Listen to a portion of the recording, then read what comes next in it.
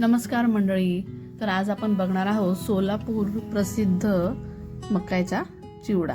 तर हा मक्याचा चिवडा कसा बनवायचा, त्यासाठी लागणारा मसाला कसा बनवायचा, त्यासाठी आपल्याला साहित्य काय काय लागणार आहेत ते आपण बघूयात. चला तर मग रेसिपीला सुरुवात करूया.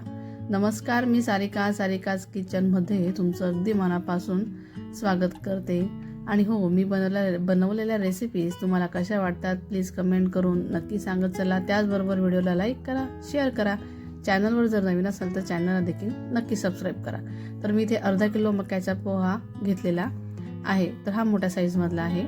तर मी इथे लोखंडाच्या कढईत तेल कडकडीत गरम करून ठेवलेलं आहे. तेल कडकडीत गरम करायचं आणि कधीही मक्याचा पोहा तळत असताना फुल गॅसवर तळायचं, कारण मीडियम फ्लेमवर जर तुम्ही तळलं तर तो हवा तेवढा फुलत नाही. जसं की आता फुल गॅसवर आणि तेल पण छान गरम केलेला आहे, तर तो छान फुलून आलेला आहे.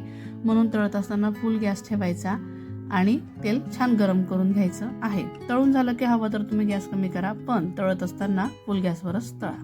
तर बघा कसले छान मक्याचा जो पोहा आहे तो छान तळून झालेला आहे. बघा कसला छान तो फुलून आलेला आहे. हा जरा मोठ्या साईजमधला आहे. यामध्ये तुम्हाला लहान साईजमध्ये सुद्धा मिळून जाईल. चला तर मी अजून एक बॅच तुम्हाला तळून दाखवते. की आता मी पुन्हा तेल गरम करून घेतलंय, कारण थोडा गॅप झाला आणि मग मी त्यात टाकलेले आहे. तर बघा कसले छान तेही फुलून आलेले आहेत. तर अशा पद्धतीने मक्याचे पोहे. तर कोणाकोणाला हा मक्याचा पोह्याचा चिवडा आवडतो ते नक्की कमेंट करून सांगा, आणि तुम्ही कशा पद्धतीने बनवतात हेही कमेंट करून नक्कीच सांगा. तर बघा या अशा पद्धतीने मक्याचा पोहा तळून होतोय आणि छान फुलून होतोय. तर अशा पद्धतीने आपल्याला तळून घ्यायचा आहे. तर ताटात काही मावत नाही, त्यामुळे मी मोठ्या भांड्यात आता काढून घेतलेला आहे, कारण पुढे आपल्याला त्यात मसाला मिक्स करायचा आहे, मग ते खाली सांडणार. म्हणून मी मोठ्या आता कढईत काढून घेतलेला आहे. आणि जे मोठे असतील त्याचे मी अशा पद्धतीने तुकडे करून घेणार आहे. तर बघा आता मी ते बाकीचे अजून तळून घेतलेत. त्यासाठी मसाला कसा बनवायचा ते आपण बघूया. 2 चमचे काश्मीरी मिरच पावडर. आता इथे चुकून क्लिप घ्यायची राहून गेली. मला असं वाटलं की मी क्लिप चालू केलेली आहे, म्हणजे रेकॉर्डिंग चालू केलेली आहे, पण ती रेकॉर्डिंग काही झाली नाही. पण त्यात काय टाकले मी तुम्हाला सांगते. लाल मिरची पावडर, नंतर मी त्यात धना पावडर टाकून घेतलेला आहे, साखर टाकून घेतलेलं आहे, लिंबू पावडर टाकून घेतलेलं आहे, त्याचबरोबर चाट मसाला आणि आता मीठ टाकून घेतलेलं आहे. तर त्याची छान पेस्ट करायची, छान पावडर करून घ्यायचं आहे, बारीक असं पावडर करून घ्यायचं आहे. तर बघा आता तेल गरम आहे, तेल गरम करून घेतलं आहे. त्यात मी शेंगदाणे टाकून घेतलेले आहे. शेंगदाणे सुद्धा आपल्याला छान तळून घ्यायचे आहेत. तर जास्त लालसर करू नका, अगदी हलकेसे आपल्याला त्यांना तळून घ्यायचे आहेत. तर आता मी त्यात शेंगदाणे टाकून घेतलेले आहे. त्यानंतर इथे डाळ घेतलेली आहे.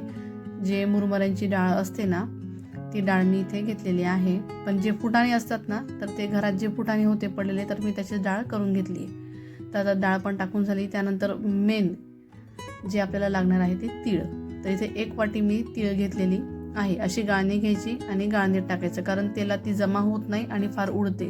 म्हणून अशी गाळणी घ्यायची, त्यात टाकायचं, तेलात बुडवायचं आणि अगदी कमी गॅसवर आपल्याला हे तळायचं आहे. फुल गॅसवर, कमी म्हणजे मध्यम आचेवर, जास्त फुल पण नाही आणि कमी पण नाही, कारण फुल गॅसवर जर तळलं तर ते पटापट तीळ उडते. त्यामुळे मध्यम आचेवर तळून घ्यायचं आहे. तर बघा आता तीळ पण छान तळून झालेली आहे. तर अशा पद्धतीने आपल्याला तळून घ्यायची आहे. तर ती सुद्धा मी आता इथे मक्याच्या पोह्यांवर टाकून घेते. तिला जसं लालसर आपल्याला करायची नाही. त्यानंतर शेवटचं राहिलेला आहे मसाला, जो आपण मसाला बारीक करून घेतलेला होता तो आपल्याला यात टाकून घ्यायचा आहे. तर या मसाल्यामध्ये मसाला सुद्धा आपल्याला टाकायचा आहे. जो आपला गरम मसाला असतो ना, तो तुम्हाला सांगायचा राहून गेला. तर तो मसाला देखील आपल्याला यात टाकून घ्यायचा आहे. पण तुमच्याकडे जर किचन किंग असेल तर तोही टाकला तरी चालेल. तर बघा या अशा पद्धतीने आपल्याला मिक्स करून घ्यायचं आहे.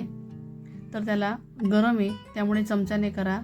थोडंसं बऱ्यापैकी मीडियम गार झालं की मग त्याला हाताने व्यवस्थित चोळून आपल्याला मिक्स करायचं आहे, कारण पूर्ण मक्याच्या पोह्यांना तो मसाला लागायला हवा. तरच त्या मक्याच्या पोह्यांची म्हणजे चुड्याला छान त्याला चव येईल. बघा हा जो मसाला आहे ना, तो त्या आपल्याला अशा पद्धतीने हातावर चोळून असा लावून घ्यायचा आहे. बरं, तुम्ही ही व्हिडिओ कुठून बघत आहात हेही मला कमेंट करून नक्की सांगा. तर बघा आता छान मिक्स करून झालेला आहे. तर आपला छान आता सोलापूर प्रसिद्ध मक्याचा पोह्याचा चिवडा हा तयार झालेला आहे. याला बरेच जण लंबोटी चिवडा सुद्धा म्हणतात. तर बघा छान त्याला कलर आलेला आहे आणि मस्त असा मक्याचा पोह्याचा चिवडा तयार झालेला आहे. बरं, व्हिडिओ आवडली की नक्की लाईक करा, शेअर करा आणि पुन्हा एकदा सांगते, चॅनलवर जर नवीन असाल तर नक्की सबस्क्राईब करा. भेटूया पुढच्या रेसिपीसोबत. तोपर्यंत धन्यवाद.